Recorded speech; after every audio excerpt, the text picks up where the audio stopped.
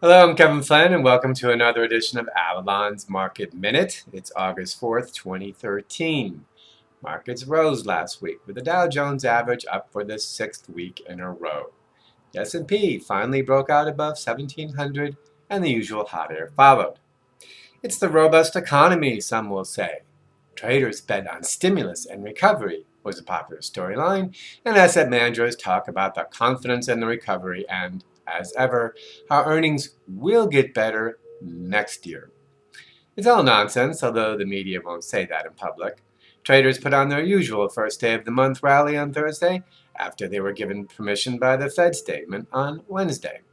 Its Monetary Policy Committee did choose discretion by saying it would continue its present buying policy and omitting all mention of what it might do later on.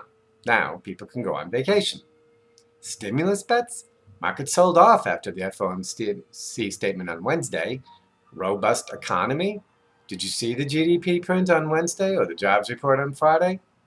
Markets sold off on the latter disappointment too, but as so often happens, especially in the summer, in the last hour of Friday trading, there suddenly appeared a little wave of buying that got very busy in the last 15 minutes, pushing the tape higher after most of New York City had already left the city for the Hamptons, Maine, and that little house in Tuscany. This was followed by more stories of the unstoppable market and predictions of a melt-up. Well, there may be a melt-up down the road, but it's very unlikely to happen this month. For one thing, August is historically not one of the market's better months. Volume is light, people are on vacation, and a little bit of bad news can go a long way. In recent years, the second quarter earnings season hasn't been very good either, and it wasn't the case this year. That doesn't necessarily get investors to run for the exits, but there is a subsequent lack of enthusiasm, and there's no Fed meeting this month to rally around either. So the month tends to have a weak first half and then finish with a rebound as trading desks get even lighter and correlation programs bet that this August will be like the others. As for the record earnings, well, they are at a record, at least for the S&P 500. So far, they're up 1.7% from a year ago. And if they earn one more dollar next quarter, they'll be at a record again. On the other hand, if you exclude financial companies, earnings are down a little over 3%. So ask yourself, would you rather be investing in a market trading at all-time highs with earnings growth slowing to nothing, or at all-time lows with earnings just having finished getting crushed? If you're a smart long-term investor like Warren Buffett, you pick the second one. If you're a fund manager, it doesn't matter.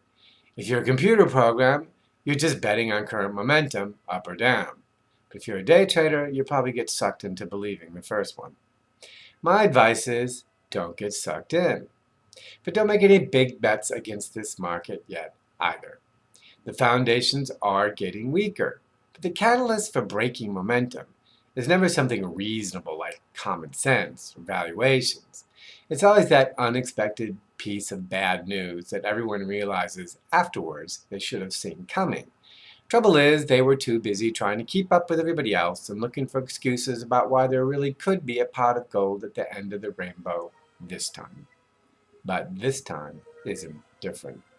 I'm Kevin Flynn, and thanks for listening to another edition of Avalon's Market Minute.